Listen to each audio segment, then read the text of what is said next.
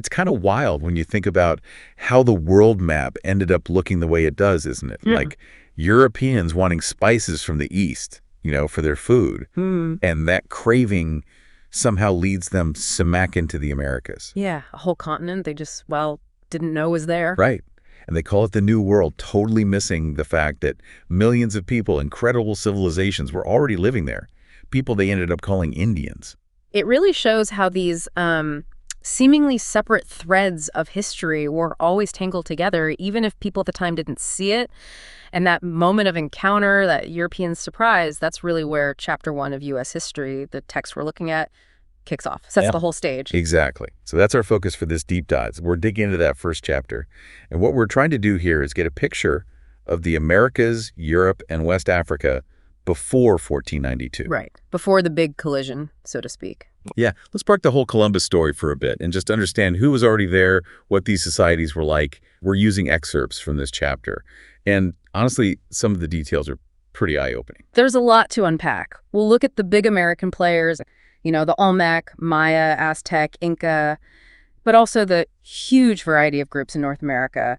Then jump over to Europe, see what was happening there, feudalism, the church's power, the Crusades, those first steps towards exploration. And West Africa, too. Its societies, the role slavery already played there before the transatlantic trade really exploded. Definitely. It's a chance to maybe challenge some assumptions about what the world looked like just before everything changed. Okay, so let's start in the Americas. Before 1492, the history there goes back, a really long way. It really does. Now, many native traditions speak of their origins right there on the land, but the most widely accepted scientific theory points to migration from Asia. That's the Beringia land bridge idea, right? Exactly. Connecting Siberia and Alaska, probably somewhere between 9,000 and 15,000 years ago. And there's strong genetic evidence for this specific markers on the Y chromosome shared between Asian and Native American populations. Passed down from father to son. Right, relatively unchanged. So finding those shared markers is pretty compelling evidence of common ancestry. But it wasn't just one single wave of people crossing over, was it? No, probably not. There's evidence suggesting later migrations, maybe even by boat across the Bering Strait after the sea levels rose. And some newer finds along the Pacific coast of South America hint at possible coastal routes, too. Interesting. So over thousands of years, people spread out, adapted, and developed this incredible diversity of cultures. Everything from, huge cities to smaller woodland groups. And a massive part of that story is the development of agriculture. Yeah. Farming just changes everything. Completely. Around 10,000 years ago, people start domesticating plants and animals. It doesn't totally replace hunting and gathering right away, but it adds this reliable food source. Which means bigger populations, people settling down. Precisely. And Mesoamerica, that whole region from central Mexico down through Central America, that becomes a real hotspot for this agricultural revolution. Okay, so agriculture takes root, and then we start seeing these really complex societies emerge. Let's talk about the Olmec first. Those giant stone heads are just iconic. They really are. The Olmec were based along the Gulf Coast of Mexico, roughly 1200 to 400 BCE. And yeah, besides those amazing heads, they were building pyramids, like the one at La Venta, making sophisticated pottery and sculptures. They even built aqueducts. Wow, okay. Yeah, managing water, irrigation, and they farmed the staples. Maize, squash, beans, tomatoes, even domesticated dogs, probably for food. And they were thinkers too, right? Not just builders and farmers. Absolutely. Developed a complex math system, a calendar that could predict eclipses, and crucially, the only known written language in the Western Hemisphere at that time. We're still figuring out what other inscriptions mean. That's incredible. And they traded quite a bit. Oh yeah. Obsidian for weapons, jade, feathers, cacao beans. These trade networks helped spread their influence. Even though they weren't like one single empire, they really laid the groundwork. The mother culture, sometimes called. Huh. For groups like the Maya and Aztec who came later. That's the idea. And they had their own religion. Polytheistic rain god, maize god, the feathered serpent. You see that figure pop up later with the Aztec and Maya too, Quetzalcoatl or Kukulkan. And they practiced sacrifice? Yes. Blood sacrifice was part of their rituals. Their civilization eventually declined around 400 BCE. We're not totally sure why, but their legacy was huge. The Maya, especially, really built on what the Olmec started. Okay, before the Maya, though, Teotihuacan. That sounds like a monster of a city for its time. over 100,000 people. Yeah, around 500 CE, near modern Mexico City. It was genuinely one of the biggest cities anywhere in the world back then. Huge-scale agriculture supported it, allowed for specialized jobs. Not everyone had to farm. Right. They had apartment compounds, massive temples, Pyramid of the Sun, Pyramid of the Moon. And there's evidence near the Temple of the Feathered Serpent that suggests human sacrifice happened there, too. It was a major economic hub as well, trading all the way to the Gulf Coast. And then the Maya. Connected to Teotihuacan, you said, Yeah. and building on that Olmec foundation, they're famous for their calendar and writing. They perfected them, really. Flourishing mainly between 2000 BCE and 900 CE, Mexico, Belize, Honduras, Guatemala. They took the Olmec systems and refined them. Their math was incredibly advanced, too. Used it for everything from tracking crops and population to trade. And the cities, Tikal, Chichen Itza. Just stunning architecture. Amazing city-states, temples, pyramids, observatories for astronomy. El Castillo at Chichen Itza is a famous example, built like a calendar itself, 365 steps. But they declined around 900 CE. What happened there? Best guess is a combination of things. Probably issues with soil exhaustion from intensive farming, and then a really long, severe drought hit the region. Seems like people just abandoned the major cities. So when the Spanish showed up in the 1520s, They found a civilization that was already past its peak, yeah. Which might have made them easier to conquer, sadly. And tragically, most of their written records, these folded books called codices, were destroyed by the Spanish. Only a few survive. such a loss. Okay, let's move to the Aztecs. They built that incredible city, Tenochtitlan. I remember reading the Spanish accounts, like Bernal Diaz del Castillo, just being totally blown away. And rightly so. Founded around 1325, built on an island in Lake Texcoco, by the time Cortés arrived in 1519, it had over 200,000 people, probably bigger than any city in Spain, maybe even Europe. Wow. And it was incredibly well organized, neighborhoods for different jobs, trash collection, huge markets, aqueducts for fresh water, massive temples, and they bathed daily, which was not exactly standard practice in Europe then. Wealthy homes even had steam baths. And those floating gardens, the chinampas. Genius idea for farming in a lake environment. Constant irrigation. Super productive. The religion, though, Yeah. sounds pretty intense. Lots of gods, and human sacrifice was central. Very central. Polytheistic, gods for nature, everything. And yeah, human sacrifice was performed regularly. The belief was it was necessary to keep the sun rising, appease the gods, ensure good harvests. How did they actually do it? Typically with obsidian knives, they'd remove the heart. Often victims were prisoners of war, but sometimes others too. They also demanded tribute from surrounding tribes they conquered. It's also fascinating how some Aztec accounts, like in the Florentine Codex, talk about omens before the Spanish arrived, dreams of strange men on deer, descriptions. Yeah, and the stories about Moctezuma seeing bad omens, comets, temple fires, weird water spouts, a crying woman. It's hard to know how much is hindsight, looking back after the conquest. But it definitely shows how they tried to make sense of these shocking events within their own worldview. Absolutely. Okay, let's shift south now to the Inca in the Andes. Their engineering skills sound just incredible. Truly remarkable, building and running a huge empire in that mountain terrain. Just astonishing. 2,500 miles long. And that road system. Right. Rivaled the Romans.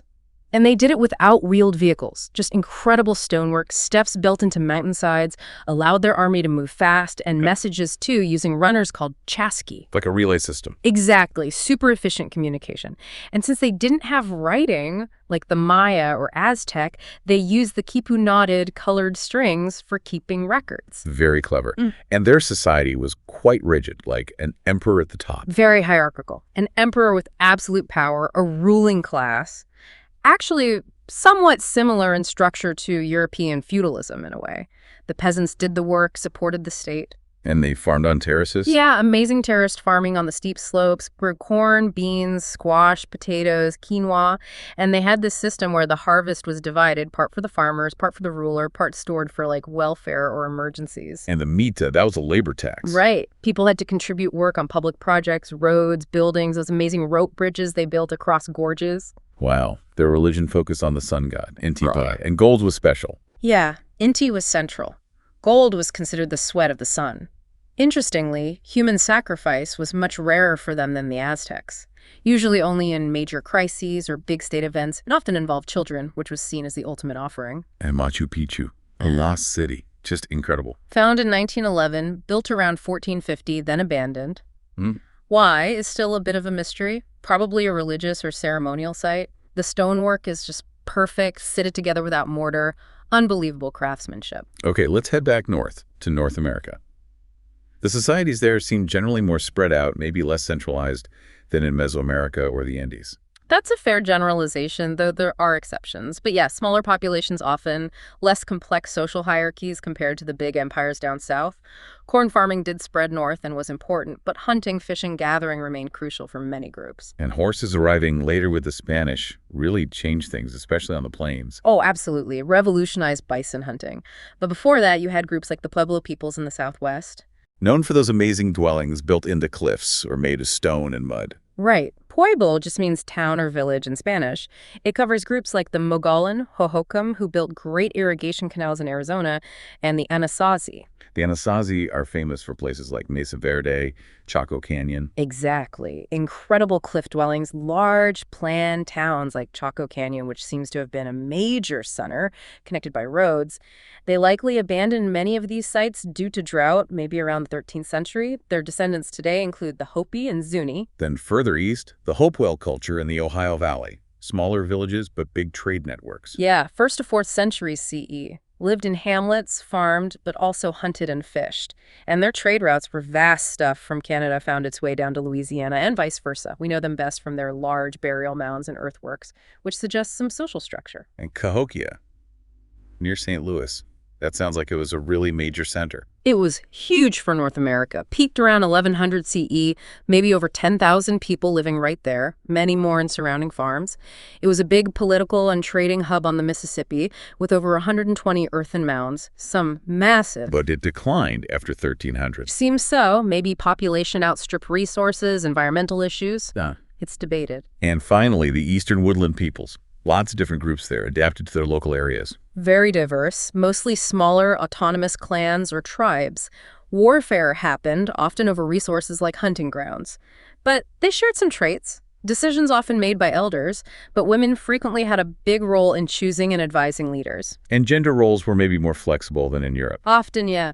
Women usually handled farming the three sisters, corn, beans, squash, and gathering. Men hunted, fished, fought. And many societies, like the Iroquois, Lenape, Muskogee, Cherokee, were actually matriarchal.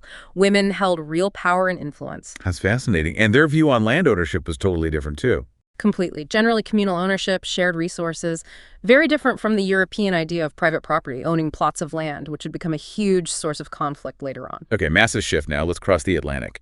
Europe leading up to 1492. Sounds like a time of, well, a lot of change and upheaval. Definitely. The Middle Ages, after Rome fell, it was pretty fragmented politically. Lots of conflict, invasions, Vikings, Mongols, Magyars. People retreat into walled cities. Feudalism arises out of that need for protection. Right, lords and vassals. And travel was limited for most people. Very limited. But the Christian church was this huge unifying institution across Western Europe. Preserved learning in monasteries held immense power. And the Black Death hits in the 1340s. That must have been just unimaginable, killing maybe a third of the population. Devastating. Bubonic plague, pneumonic plague. It ripped through Europe. Caused massive social and economic chaos. But, strangely, it also led to some long-term changes. Labor shortages meant surviving workers could demand better wages, weaken the old feudal ties a bit. And the population did eventually bounce back by 1450 or so. Life under feudalism sounds rough, especially for the serfs at the bottom. Extremely difficult, small villages, everyone revolving around the lord's manor and the church. Lords owned the land, knights fought for them, serfs worked the land in return for protection. They weren't exactly slaves, but they couldn't just leave. Tied to the land. Pretty much. And the church owned huge amounts of land, too. For serfs, life was short, infant mortality was high, living conditions were poor basic huts, little sanitation, simple clothes, didn't bathe much. Life revolved around the agricultural seasons. Planting, harvesting. And the church was woven into everything. Absolutely central. After Rome's collapse, it was the organized institution. Even after the split in 1054 between the Western Catholic Church and the Eastern Orthodox Church, the Roman Church held sway in the West. Strict hierarchy, pope, cardinals, bishops, priests. It marked every stage of life with sacraments, explained the world. Everything was seen through a Christian lens. Sickness might be sin. Crop failure meant you hadn't prayed enough. The local priests held a lot of power then. Immense power, confession, penance. And the Pope held authority over kings, could excommunicate them. The church was also the main keeper of knowledge, with Latin as the common language. Most people couldn't read, so they relied on the priests. Then you have Christianity encountering Islam, which rose in the 7th century. A major clash. A huge dynamic. Islam spread incredibly fast, Middle East, North Africa, and right into Spain by 711. The push further into Europe was stopped in France at the Battle of Tours, but Muslims ruled much of Spain for centuries. Córdoba became this amazing center of learning and trade. Which led to the Reconquista, a Right. Christian pushback in Spain. Exactly. That went on for centuries. And it connects to the Crusades, the Holy Wars, to try and retake Jerusalem and the Holy Lands from Muslim rule, starting around 1095. Why did people go on crusades? Just religion. Religion was a huge motivator, reclaiming holy sites, but also, adventure, the chance to win land or titles, maybe get your sins forgiven, a mix of reasons. Did they succeed? Temporarily, sometimes. They captured Jerusalem in 1099, brutally, apparently, but it was retaken later. Ultimately, no lasting Christian control came out of it. But the Crusades had other effects, didn't they? Like stirring up hatred, but also boosting trade. Both, unfortunately. They definitely fueled anti-Jewish persecution and deepened the Christian-Muslim divide, but they also exposed Europeans more to Eastern goods, silks, spices, porcelain, created more demand. And the old Silk Road was difficult. Yeah, long, dangerous, expensive, often controlled by Muslim middlemen. So people started thinking, could there be a direct sea route, especially to the Spice Islands? That desire really starts driving exploration, along with rivalries between trading powers like Venice and Genoa. Which brings us to Portugal and Spain. They really led the charge on sea exploration, right? After some earlier Norse voyages. Right, the Norse got to North America much earlier, but it didn't stick. Portugal really got going in the 15th century, thanks to Prince Henry the Navigator. They focused down the coast of Africa, improved ship design like the caravel. And Spain unified under Ferdinand and Isabella. Yeah, their marriage brought kingdoms together. They consolidated power, launched the Spanish Inquisition to enforce Catholic orthodoxy. And they were also looking outwards.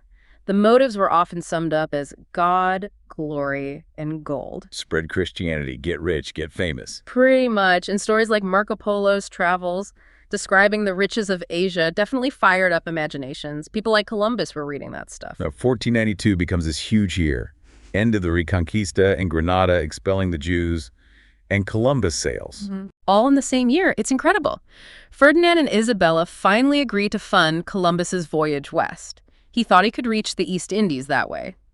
Isabella was apparently driven by religious zeal, Ferdinand perhaps more by potential riches. But Columbus was wrong about the size of the earth, wasn't he? Significantly wrong. He thought Asia was much closer going west than it actually was. Most educated people knew the world was round, but his calculation of the circumference was way off. And so he set sail, August 1492, and lands in the Bahamas, thinking he's near India. Exactly. Lands on an island the locals called Guanahani. He renames it San Salvador. And that moment, that landing, really kicks off this new, intense era of contact and, well, massive change for everyone involved. Okay, last piece of the puzzle before 1492, West Africa. Sounds like a place of huge diversity. Absolutely. Geographically diverse, rainforests, savannas, drier areas, and culturally diverse, too. No single empire controlled the whole region. People lived mostly in smaller groups, villages, identified strongly with their family, their clan. Wealth was measured differently, too. Often, yeah. By dependents, wives, children, sometimes enslaved people. Polygyny was common. Because societies were localized, hundreds of different languages and dialects developed. People mostly lived inland, along the big rivers, like the Niger or Senegal, not right on the coast. And Islam made its way there, too. Yes, starting after the 7th century, spreading across the Sahara with traders and scholars, it brought a unifying faith for many, plus new legal and political ideas. Local rulers often converted, sometimes for genuine faith, sometimes because it helped with trade or politics. Muslim merchants became very influential. And powerful empires did arise, like Ghana, Mali, Songhai. What made them strong? Ghana got rich taxing the gold trade, trading gold from West Africa for salt from the Sahara. Mali, under rulers like Sundiata Keita and later Mansa Musa, famous for his incredibly lavish pilgrimage to Mecca, controlled even more territory and gold sources. Timbuktu became this legendary center of Islamic learning and trade. And slaves were traded there, too. Yes. Timbuktu was also a hub for the trans-Saharan slave trade. Mali was eventually overtaken by the Songhai Empire, centered around Gao. Okay, let's talk about slavery in Africa before the Europeans arrived in large numbers. It existed, but maybe differently. That's crucial. Slavery wasn't invented by Europeans, and it existed in various forms in Africa as it did in many parts of the world. People might become enslaved through war or to pay off debts, or even during famine as a survival strategy. But it wasn't always permanent or race-based like it became later? Generally, no. Often, enslaved people could be integrated into the family or community. Their status wasn't necessarily inherited by their children. Now, there was chattel slavery in places like ancient Egypt, and the trans-Saharan trade, run often by Arab merchants even before Islam expanded it, did treat people more like property. They enslaved Africans, but also Europeans sometimes. So when the Portuguese started exploring the African coast, They tapped into existing networks, Yep. but the kind of slavery they started, especially once they needed labor for sugar plantations, like on Madeira as early as the 1440s, was different. It was the beginning of the shift towards large-scale, commercialized chattel slavery aimed at export. and that exploded with the colonization of the Americas. Exponentially. The demand for labor on tobacco, sugar, cotton plantations was immense, and the system that developed there was fundamentally based on race. Why Africans specifically? Well, attempts to enslave Native Americans largely failed. They died from European diseases. They knew the land and could escape. They resisted fiercely. Africans were seen as suitable because, 1, there was an existing trade, tragically. 2, they were skilled farmers. 3, their skin color made them easily identifiable, preventing escape and assimilation. And 4, European attitudes at the time, including justifications from the church about enslaving non-Christians, paved the way. Even though some, like Las Casas, later regretted suggesting African labor. Yeah, though his initial aim was to protect Native Americans. But the economic engine of the plantations just demanded this huge, permanent, identifiable workforce. So New World slavery became hereditary, brutal, and explicitly linked to race in a way it hadn't been before. It was about profit and constructing a racial hierarchy. And by 1500, you already had enslaved Africans in Portugal and Spain. Yes, in Lisbon, in Seville. The Portuguese built forts on the West African coast specifically to facilitate this trade. It laid the groundwork for the horrors of the Middle Passage and the system that would shape the Americas for centuries. Understanding that pre-1492 context, the existing forms of servitude, and the beginnings of European involvement is key to grasping the horrific transformation that followed.